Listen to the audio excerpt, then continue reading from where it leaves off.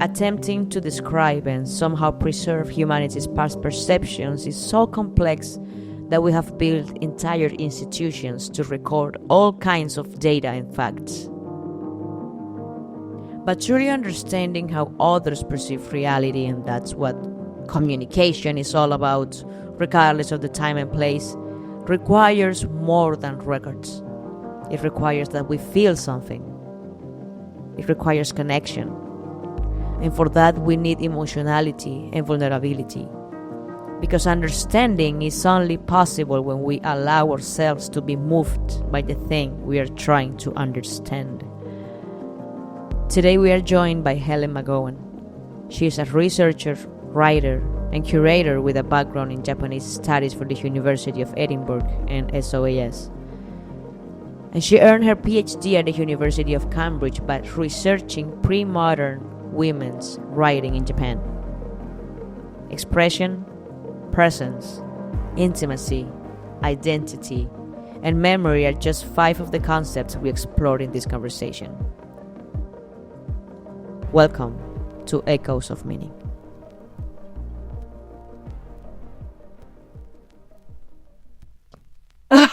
Okay, so my name is Helen Magowan, and I just finished a PhD where I looked at 18th century Japanese women's calligraphy. And the kind of calligraphy I looked at is called women's calligraphy, but it's not only written by women. That's the first important thing. And then one really, really important thing that I found was that the brush strokes and the movement of the brush over the paper was really important part of how this kind of writing expressed itself. So I had to think a lot about the interaction between the body and language and the body and writing, and how we read bodies when we're talking to each other and when we're reading writing. So when we think about the body in writing in sort of, it's something we perhaps don't think about that much. And there is a discredited science called graphology, pseudoscience called graphology, where there used to be an understanding that you could understand someone's personality from their handwriting. And it's discredited because we can't actually say that, well, from this kind of handwriting, we can tell that the person is ambitious or has anger issues, or we can't make those kinds of diagnoses about somebody from their handwriting. But we can see something about their body and their physical person. So, for example, if you look at your grandmother's handwriting, it might be a little bit wobbly. Older people have a slight wobble or uncertainty in their handwriting that wasn't there when they were younger. If you write a note, a Christmas card to your auntie, you're going to use nice handwriting. But if you're going to leave a note under somebody's windscreen wiper on their car to say, terrible parking, thanks so much, then your handwriting is going to show something about that sort of mood that you were in when you're writing. I might write it in capital letters with double underlines and triple exclamation marks, and it's not going to be the nice handwriting of a Christmas card. So I do think that writing can be expressive in the same way as the voice is expressive. So when I say something like, yeah, sure, it sounds completely, is a different meaning than if I go, yeah, sure. It's the same words, and we would type it the same on our phones or on our computers, but it has a completely different meaning that we as humans understand, but that isn't necessarily expressed by language as we write it down typically. or what we understand that writing does. We have this sort of innate understanding that when a Christmas card comes through your door, you don't need to open the envelope to know who it's from. You recognize somebody from their handwriting. And when you answer the phone and hear somebody's voice, you know who it is. They don't need to tell you who they are because you recognize their voice and the way they use their voice to say their words. So it's that aspect of language and writing that I find really fascinating. Beautiful. And why do you say it is a pseudoscience? I think graphology is a pseudoscience because it's not really provable that ambition is associated with certain kinds of gestures, or the way we divide up personality into sort of psychological traits is a sort. It's a science. Psychology is a science, but I think it doesn't align with what you can see from handwriting. That kind of psychological division of personality into the idealist or the somebody who is spontaneous or somebody who thinks through their actions. I don't think, it's one way of thinking about ourselves as people and other people, but it doesn't capture everything.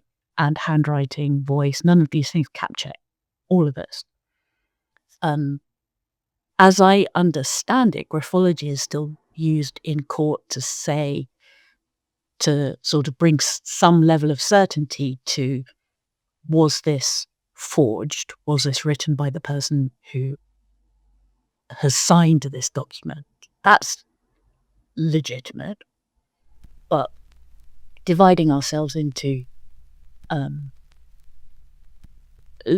the idea that handwriting can show personality is a straightforward sort of connection, I don't think really stands up to deep analysis. Yeah, I think that is like trying to prove and to get a record of all observations, and this scientific exercise of trial and error and experiments and whatnot, and determining certain truths or theories where all this knowledge and this experimentation was based on, and this production of knowledge.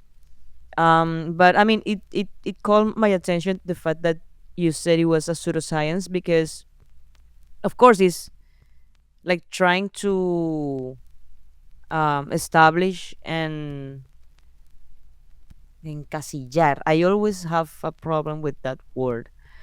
Put into boxes this Yes. bunch of these tiny pieces, whereas in something as fluid and as evolving and changing and everything as writing, right? As body language, as we Yes. were talking the other day. Yes. Yeah. So in the same way as you can recognize somebody from the way they move and the way they run. Let's say a footballer, you're watching a footballer play football. If you're familiar with that team, you don't need to see the number on the back of the shirt to know who that person is, because they run and kick the ball in a certain way, and you can recognize that. But that doesn't tell us about that person's personality. It just tells us about how they move their body and how they play football. But that's really important information for the other players on the pitch, and for us when we're watching. There's a lot of information that we get from that, but we can't exactly specify what kind of information it is. But we recognize that person, we know them, we can see that they look confident in that moment as they're kicking the penalty kick, or that they're not running as fast as they usually do. Maybe they're not well. We have certain kinds of reactions that are in our bodies in a way. It's not easy to verbalize them or to turn them into language, but we understand each other's bodies on some very human level. You say that this all body language is also expressed in calligraphy and your focus is Japanese calligraphy. Yeah. How did you get there? And I don't know what took you to understand it that way. Mm.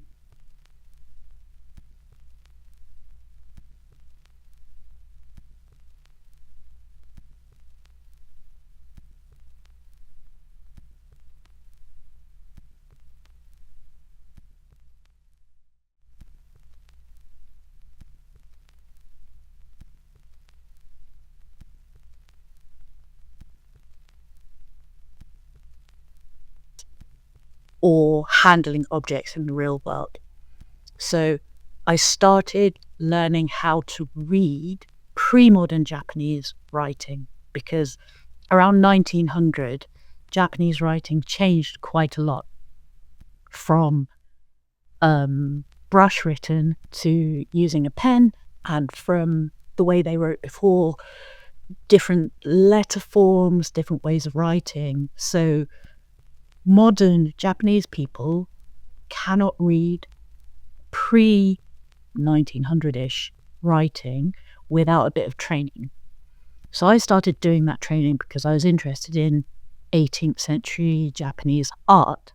And this art always has, not always, but there's very often writing on it.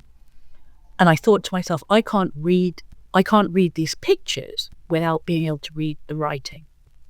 So I went to study paleography to learn how to read this stuff. And during that summer school,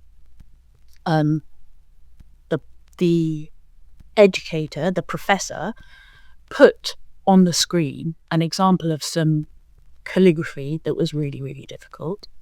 And she challenged us to read it. And it was a fun challenge, but my big question was, why would you do that? Why would you write in this way that is so difficult for us to read and probably very difficult to write? What does it do? Why would you do that at all? So that became my PhD research project.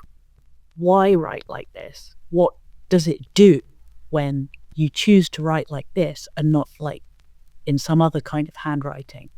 Why are you making that choice? How does the reader understand that? And then when I really recognized the body, the involvement in the body, when I was in Japan on fieldwork. A really kind professor in Japan showed me a whole bunch of things that they had in their archives. And one of them was a scroll of the calligraphy of 17th century courtesans. And each woman had written a poem or a little letter or something on her own sheet of paper. And these had been glued together into a long scroll, maybe 2 meters long, 3 meters perhaps. And so when you're with a scroll, you have to unroll it with your left hand and roll it up in your right hand. And these different pieces of paper are passing across in front of me. Each one is a different color with different decoration. There's a blue one, followed by an orangey red one, followed by a grayish one. And so they're all beautiful, and everybody has a very different handwriting. And in that moment, the paleography, reading this stuff is still really difficult. I've spent, the past 4 years reading it, but I can't instantly read it. But what I realized as these papers are passing in front of me was that I was seeing something about these women in the same way as I would watch dancers on a stage. The past few years, I've become really interested in ballet, contemporary dance, different kinds of movements, the way the body can express itself on stage. And this is exactly how I was reading these women's bodies. I can't read the language, and the same in abstract dance. They're not saying anything that I can verbalize, but their bodies are expressing something that I read from the motion of their body. And that's what I was seeing in these pages in this long line. It was as if one woman was moving onto the stage and then off of the stage, and a different woman who is trained within the same discipline, has learnt all of the same things, but moves herself differently, writes differently, and then the next one, and then the next one. And it was this really magical moment for me that I realized that I wasn't using my language skills to read. I was using my experience of bodies, my own body and other people's bodies on the stage. That's the skill I was using when I was reading this scroll. And that's when I realized that I've been bringing the wrong skills to, well, not the wrong skills. All of the research I'd done up to at that point was fantastic and really, opened up these kinds of scrolls for me. But at that moment, I saw it. I saw them. It was magical. It was magical. You had an aesthetic experience looking at this calligraphy of an ancient century, Yeah. and you realize that. I mean, that realization to me says a lot, because you could connect with their language and you could see their art Yeah. without not actually, quote unquote, knowing Yeah. what you were actually looking at, but you understood it better than the vast majority of humans nowadays. Well, one thing that really motivates me still is that I believe that is available for all of us, but we just need to come to it with the right eyes. And once I saw that in that scroll, I started seeing it everywhere, that all writing comes from the body, and wherever you look, you can see it. Where we don't see it is when something is typewritten or machine produced. But if you look at, I live in Cambridge, and it's one of the few places where there are still a lot of sign writers, and we get a lot of hand-painted signage. So, Professor such and such's office will have a hand-painted sign above it. So I'm fortunate to live somewhere where I can see handwriting in a lot of places. But when it's typewritten, and signs now will be printed and they'll come out of the machine, and someone will have designed it on a computer, which is great, and you can do amazing things like that, but it hasn't come from the hand, so it doesn't have that particular expression that I have become incredibly interested in. So even when you think about graffiti, somebody has climbed over a wall onto a train line and is using a spray can in a gesture that's so much bigger than the kind of writing I do with my pencil on a scrap of paper at my desk. And so you can connect that movement of the spray can to that person, and that's part of my experience of looking at it and reading it. I think there's a lot of that. There's so many opportunities for that, but we just don't know to look for it. Yes, you are finding depth in this, let's say, maybe small, I mean, in the physical dimension. Yeah. In a small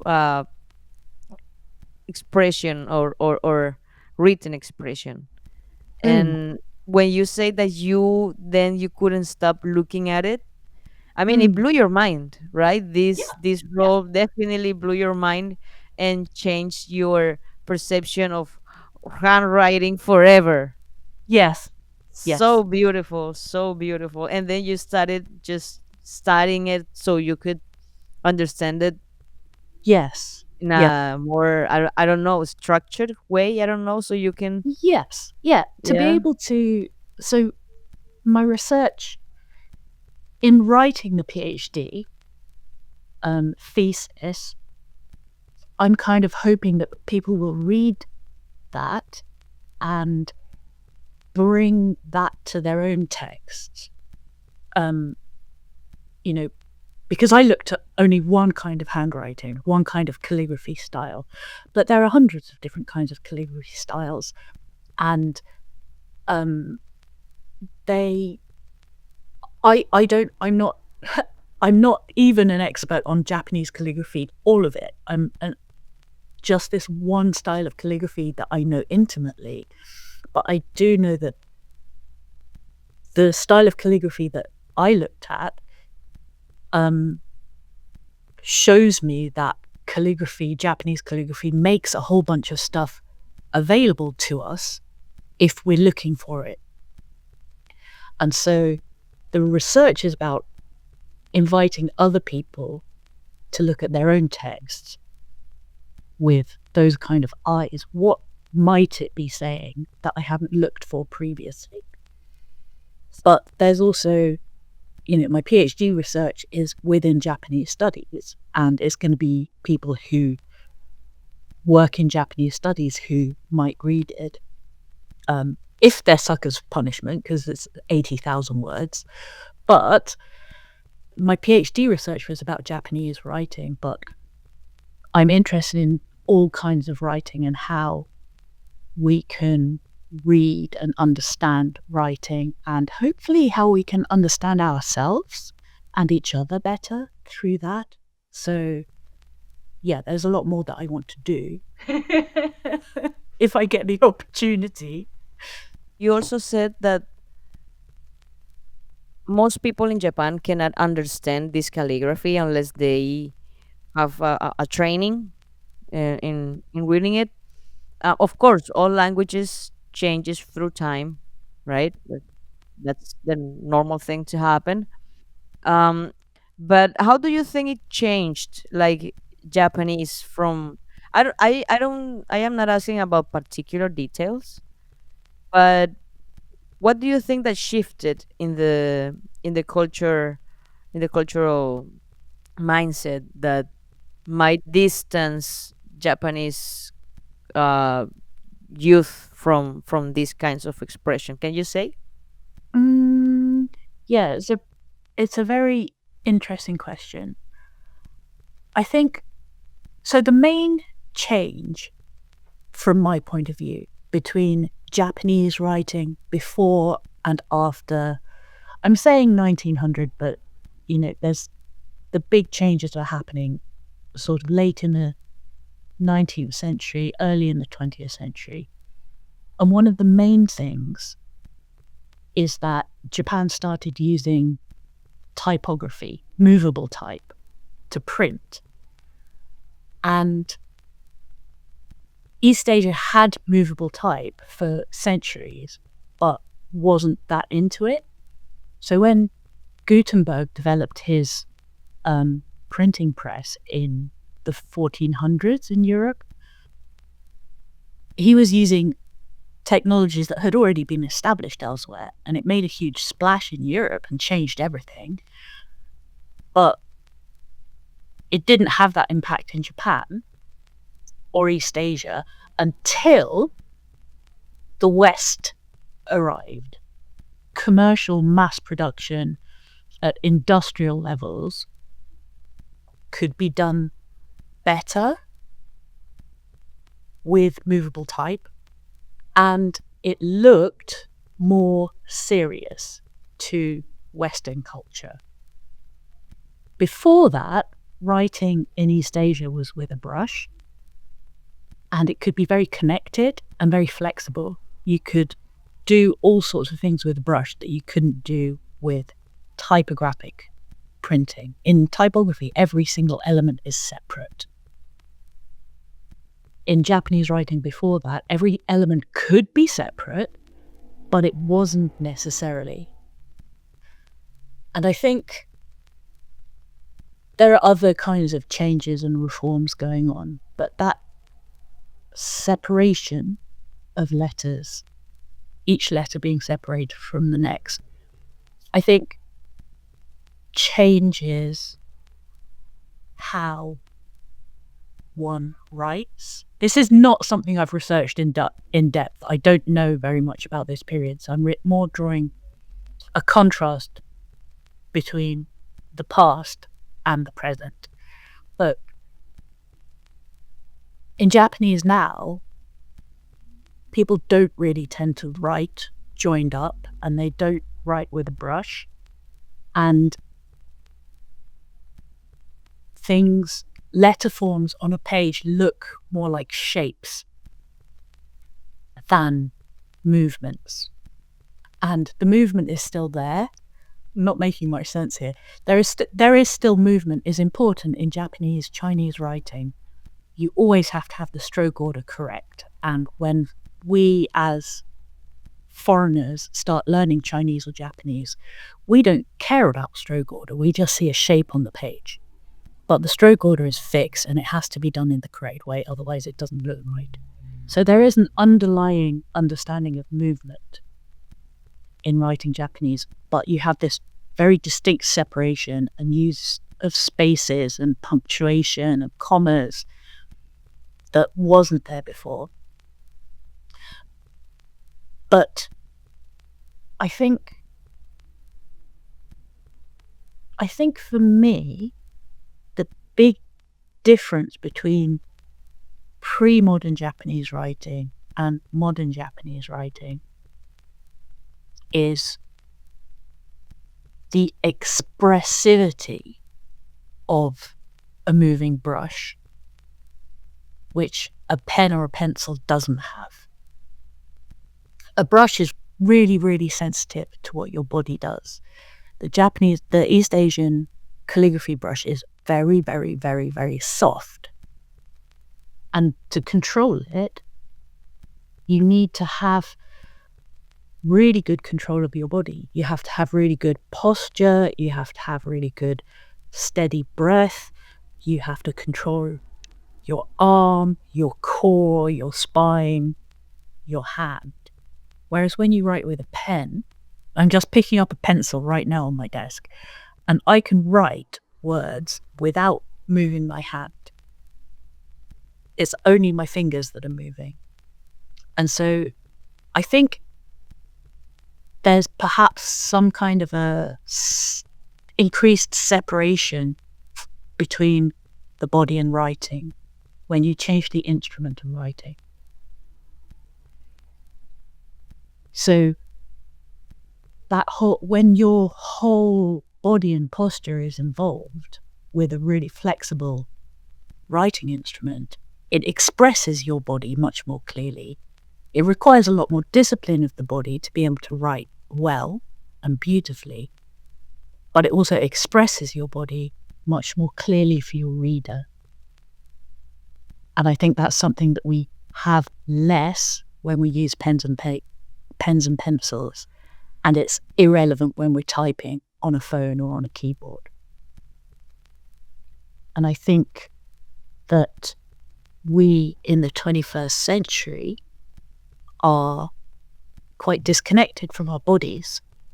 And we understand ourselves somehow as brains carried around by meat sacks, when our body is the medium of our entire experience. And we kind of disavow our bodies. None of us who among us has a positive body image? Probably nobody. And we kind of want to discipline our bodies. I should do more exercise, I should lose weight, I should be stronger, I should put on weight, I should develop my posture better. And so our bodies are a kind of a problem for us, when without our bodies, we're not alive. We have no way of being in the world without our body. It accompanies us constantly through our life. It's always there for us. It's always breathing for us. And so that disavowal of the body is really sort of, for me, that's the thing that I'm very interested in.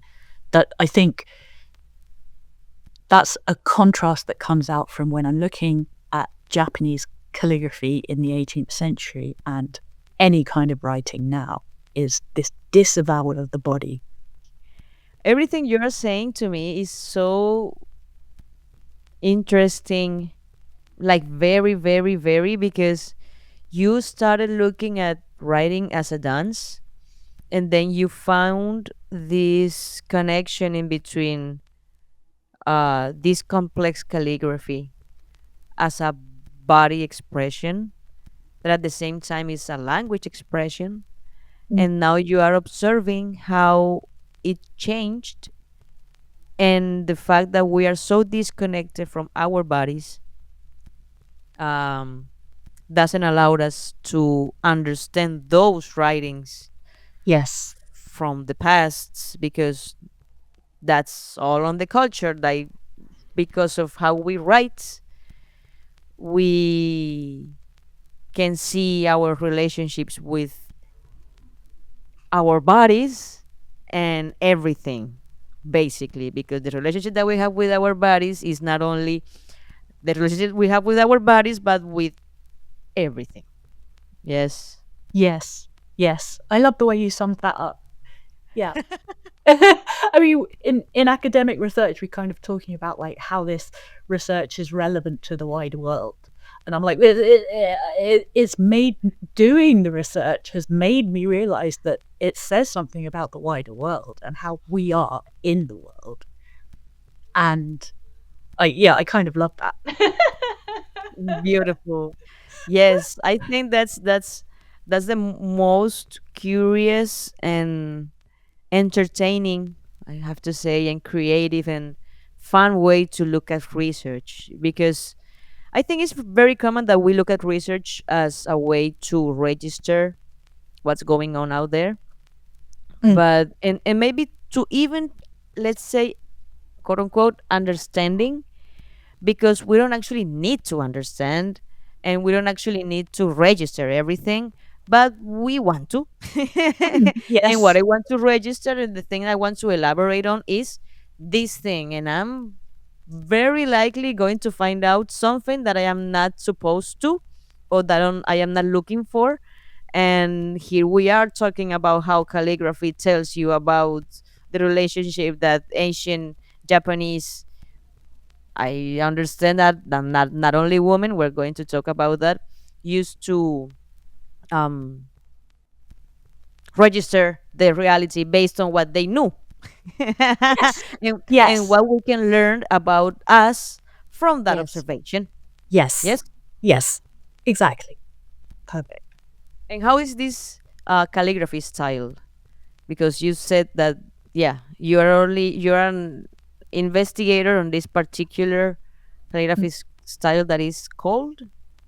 Myohitsu is called myohitsu, which means myo is a word for woman, and hitsu means brush. So it's a style of calligraphy that's called the woman's brush, but it's not only used by women.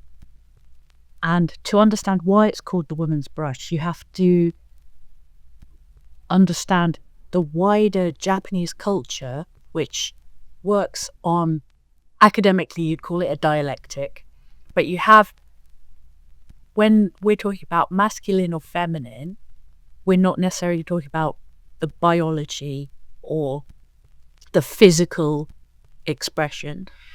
You have all of these opposites. So you have masculinity and femininity, you have that which is Chinese and that which is Japanese, you have that which is public and that which is private, that which is external and that which is intimate. And so all of these opposites align into a greater whole. The kind of writing that I was looking at, Nyohitsu, aligns with the feminine, the intimate, the personal, the expressive, and other kinds of writing that might be Chinese and impersonal and official documents would be written in that other kind of style. And of course, there's a whole spectrum in between, and you can sort of pull in and out different aspects depending on what you want to write about and how you want to write. So my kind of writing, Nyohitsu, was used for personal letters, intimate letters and letters talking about the emotions. And it's also very similar to the kind of writing used by people writing poetry. Traditional Japanese poetry has this emotional quality, and what it looks like is it's very connected and joined up. So the opposite kind, the masculine coded external public Chinese style writing, is much more separated, and it uses a lot of Chinese characters, which are called kanji in Japanese. My kind of writing uses far fewer kanji and a lot more syllabic hiragana. So it immediately looks very different. It's also much more cursive, and it has lots of connection, and it's very, very extended on the page, very vertical. It's not compressed like what kanji. It takes its time, it spreads over the page, and it has these really long connections. What that means is that you can't hide your body. You can't hide your embodiment when you're writing to somebody. If I'm writing, let's say I'm writing in English and I'm writing in capital letters, each time I finish a capital letter, I can take a breath, have a look at where I'm going to put the next letter, make it match, make it all line up. And when I'm writing in joined up writing, I don't take that moment. It's all continued. It's all continuous motion. My kind of writing in Japanese, this nyohitsu, because it's all connected and really cursive, it expresses the body. You can't hide your body. You can't fake it. So that means that these letters point towards sincerity and openness and intimacy when in a way that, in an embodied way, the writer isn't, the implication is that the writer isn't hiding their inner self. They're showing their inner self.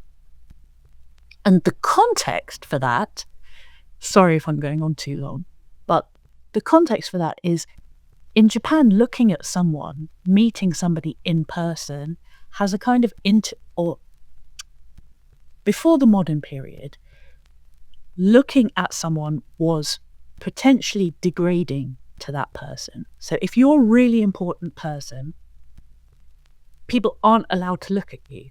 If I'm, let's say, I'm a great daimyo warrior, the head of my clan, and I'm parading into the capital city, all of the plebs and commoners walking around, they're supposed to get down onto their knees and look at the ground, bow down and look at the ground.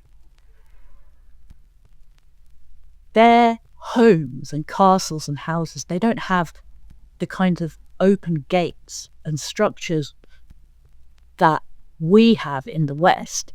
So take Buckingham Palace. It has these huge gates at the front, and we see right through the gates to see the building. A Japanese palace just has walls. You can't look through it. Even any kind of residence that belongs to anybody who was important has no windows, no gates that you can see through. It's completely private. And so to actually look at somebody in person is a very intimate gesture that's only allowed between people who have a kind of equal social status or close enough social status, have a close enough, in some cases, a close enough relationship to be able to meet that person. And particularly for women, the women's quarters of a large daimyo's residence, say, it's in the back. It's far away from the public. It's in a very private space. And so writing letters between people is a way of becomes a way of meeting each other. And so you're only going to meet each other if your social status and relationship allows that. So the expressiveness of this kind of writing is really analogous to meeting somebody in person. That the intimacy of expression isn't given to just anybody. Which is why we also see it used in love letters, and we also see it used by courtesans who are professional love letter writers. So the big deal about a courtesan is not having sex with her. It's she's highly educated. She's more of a princess, you know. She's got these beautiful clothes. She's so elegant. She knows how to move. She can dance. She knows poetry. Just having drinks with this woman is a huge access to her, to a woman of that kind of quality, princess-like figure. So it's not about sex, but when she writes you a letter to say, oh my God, last night was amazing, she's constructing an intimate relationship by writing in that manner, in Nyohitsu. She's saying to the client who's just, gone home, she's saying, that was wonderful, and I feel intimate with you because of having had that experience with you, having shared that space. And this is what I think about it, and I had this. And it'll be all full of it's an act of sincerity, but it's more complicated than that because it's a client. So she's performing sincerity for him, but she's performing, I've never quite felt like anybody else the way I felt about you last night. I really wish that we could have spent more time together because there are so many things I wish I could have said, but I wasn't able to say them. And my only hope is that you come back really soon so that we can talk more. And she's using this handwriting that talks about intimacy, about the way they spent this time together. And she'll often finish with something like, my brush cannot describe my feelings, and the only thing is for you to come back and talk to me again, and I'll not be happy until that happens, and I beg of you to please grace me with your presence so that I can experience that again. This kind of it's very florid and intense, but it's also this idea of intimacy that is happening on the paper that reflects the intimacy that they've already had. So it's a very powerful way of writing. And the reason I saw the scroll in Japan is because when somebody received a letter like this, it was really valuable to them. They're like, oh my God, she is so into me. Look how into me she is. And they're like comparing them with their mates. I don't want to forget this moment. Yeah. And it's becomes this whole big game. But the intimacy of the brush is something that people treasured, and they kept these letters. And that's why 300 years later, there are still scrolls in various museums around the world where you can see these women's handwriting. A scroll in itself is the highest, most premium form of collecting these things. You could have an album that's structured like a book and you can open it, but the intimacy and the specialness is reflected in the scroll form. And there are some in the Met Museum in New York, and you can look them up online, and they're wonderful. And it takes many, many digital photos to show these. The ones I saw are in Tokyo, but there are, these things have been collected and are still treasured because they were incredibly special at the time, and that's remained the case. So I would recommend to listeners to go and have a look at the digitized ones at the Met Museum. Amazing. This whole context that you give with the social status and how they were not allowed to look at each other, basically. It gives a lot of course, it helps you a little bit to dimension the power of presence. That's what Yes. yes. Yes, presence. It's about presence. And, I think to take it back to us in the 21st century, it's something that we often don't get enough of anymore, especially post COVID.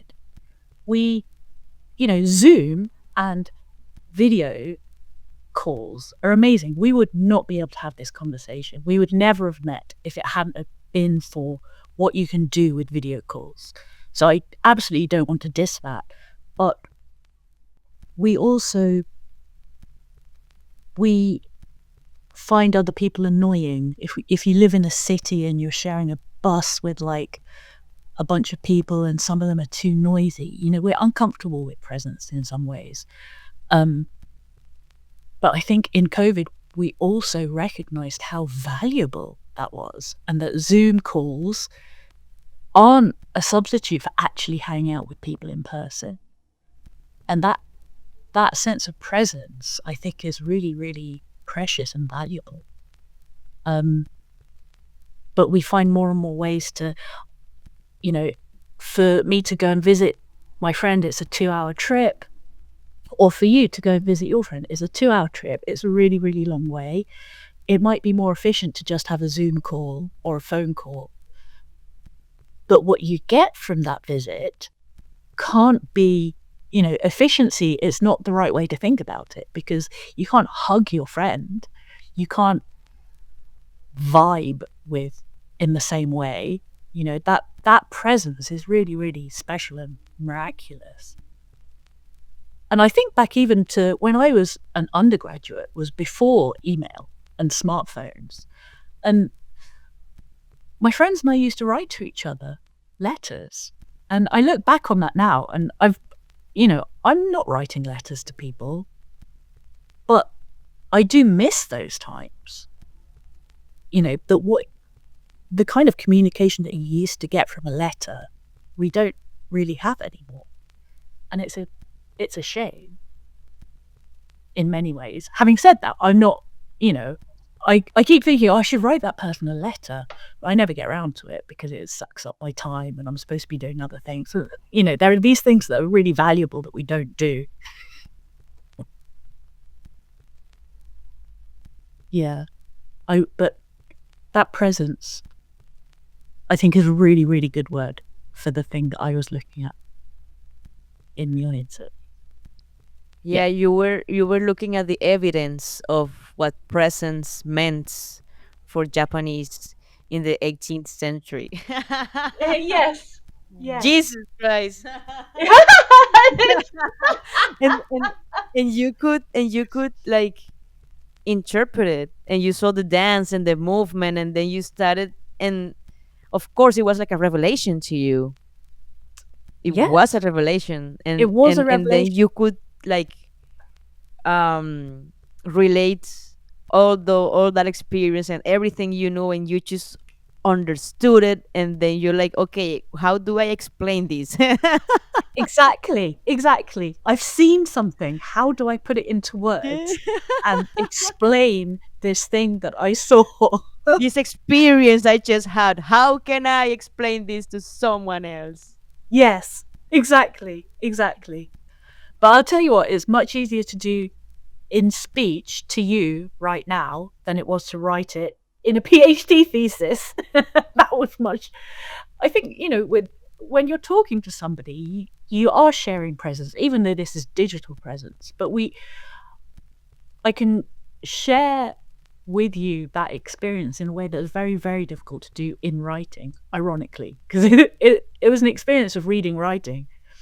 But to write it, for you to read it, kind of loses that. So you have this, I don't know, perhaps presence can only really be shared and expressed through presence. I don't know. Yes, I think that these kinds of knowledge Yes, I mean, we need to register this experience somehow, so people in other parts of the globe and different in different um, moments in history can get a glimpse on what that moment was like for you, and you had to Yeah. write it down, like maybe dates and your motive and your vision and everything that you can like type into a academic article. Yeah. Yes, that factual data is important.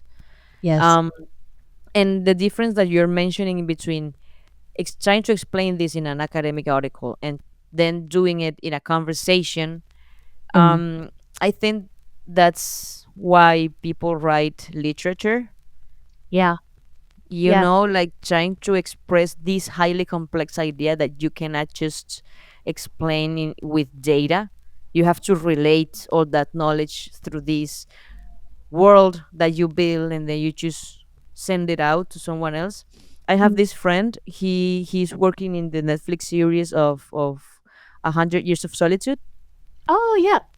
Yeah, and he is a big Gabriel Garcia Marquez fan, And and when he got to work in this s- multinational, multimillionaire uh, work of this, where a lot of interests are in play because you want to sell, and you know that this huge audience, as whole the whole Latin America, you know, um,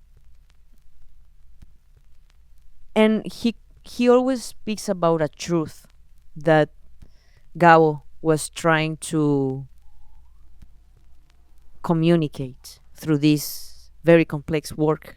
You know, this mm. is like the Latin American Bible, something like that. Like you are Hmm. trying to communicate a certain way of looking at realities through this novel, which is like it's Yes. huge. It's huge, Yes. and that's what art is, right? Like we are Mm. here talking Yes. about human expression, Yeah. basically, and Yeah. this tool that you described, this very sensitive brush and the Mm. posture you needed to Mm. have, and it's very like it is a definitely a vehicle, and Yes. and you cannot lie, you cannot lie when you are, you know, and communicating through this very transparent vehicle is everything you know it is, because you're the expert here. I mean, I think one thing about academic writing, it reminds me what I said earlier, that in Japan there was this kind of one mode of writing that was very public and external, and another mode of writing that was personal and expressive. And I think academic writing leans to the uh, public and external, and we necessarily take our emotions out of it. So my emotional reaction to that scroll and how it's made me feel about the world differently is not something it's not my thesis. It's not my thesis is not the place for that kind of thing, because that's for other scholars to hopefully read and use that to inform their own research. But the way it changed me as a person is incredibly important. But the space for that is not the PhD thesis. And so it's actually really uh, lovely to be able to talk about that with you, because how I, I don't have an opportunity really to sort of tell people, you know, I saw this thing and it was amazing, it was magical, and it's changed everything. I see everything differently now, and it's a shame in a way, because that was for me as much part of my research Yes, as all of the things that went into my thesis.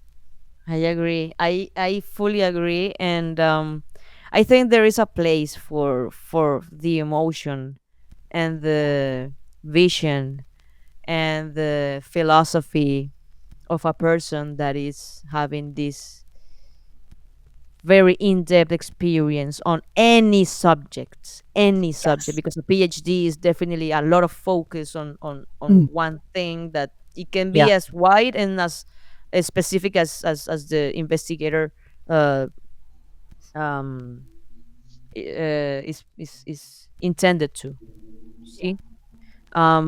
And I think there is room for that, you know. I think Mm. we have spoken about the our take on this kind of writing, but the same way we have um relegated, see, neglected, I'm sorry, the same Mm. way we have okay, both, you Yeah. can use both. Ah, Yeah. relegated then. uh, the in talking about polarities, right? You Mm. just defined feminine as private, as connection, as expression, as honesty, as transparency with yourself, you know, like your truth.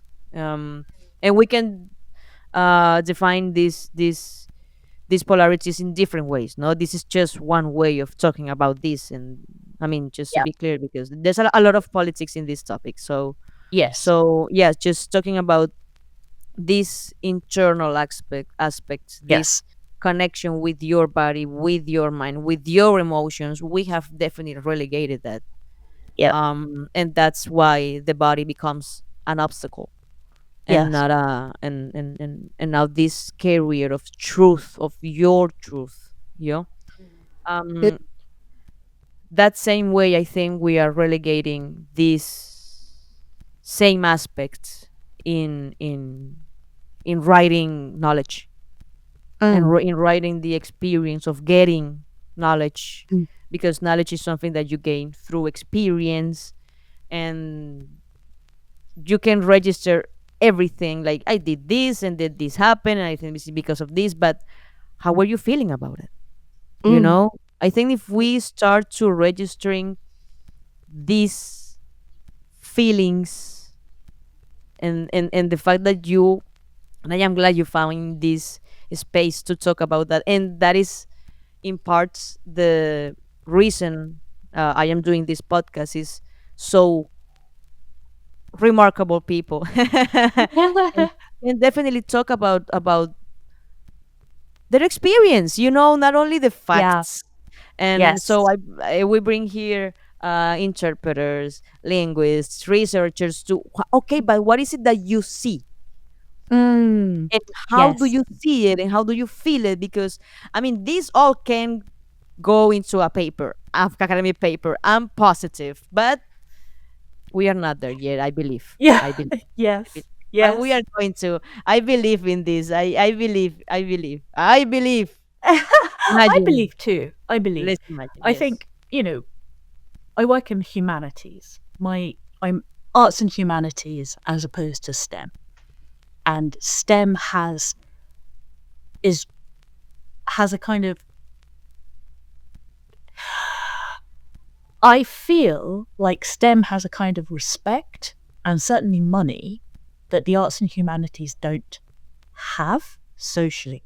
It's STEM is measurable and it has understandable outcomes like, curing cancer or solving the problem of microplastics. These kinds of things are really important.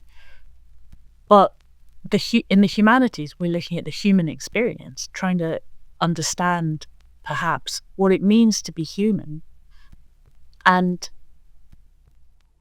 I guess you have to ask questions about how you share that and what this is why I think the arts and humanities are incredibly important. And,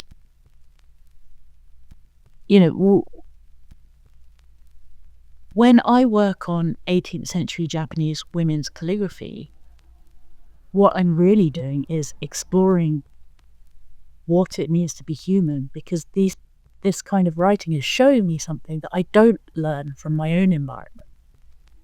And it expands how I think about myself as a human, but also the capacities of humans to connect with each other and be human. And these are things that I don't want to keep to myself. I want us all to benefit from that. And so, I think there's an argument for different ways of communicating academic research.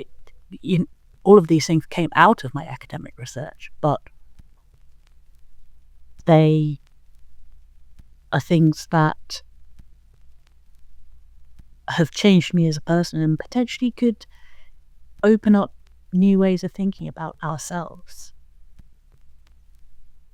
And I would like to find other ways of talking about them, for certain,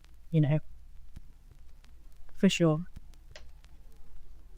I think this is a great point in our conversation. And then we reached to very important, sensitive, honest, beautiful places and ways to look at things. And thank you for wanting to have this chat with me on this beautiful show. Thank you again, Helen, for sharing all your knowledge, or not all your knowledge, part of your knowledge that comes to this conversation. and I hope to have you again sometime. We can chat about whatever it is that we want to chat about, because this is a podcast about language, and language we are using right now. So we can use it to talk about whatever it is that we want to talk. Yeah, that's the amazing thing about language, right? Is that we can use it to talk about anything. Everything.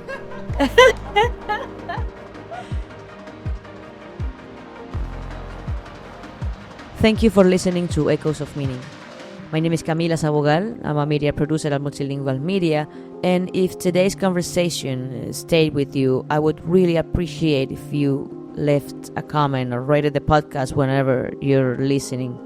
It helps more people find these stories and the meaning behind them. See you next month, and let's remember to listen.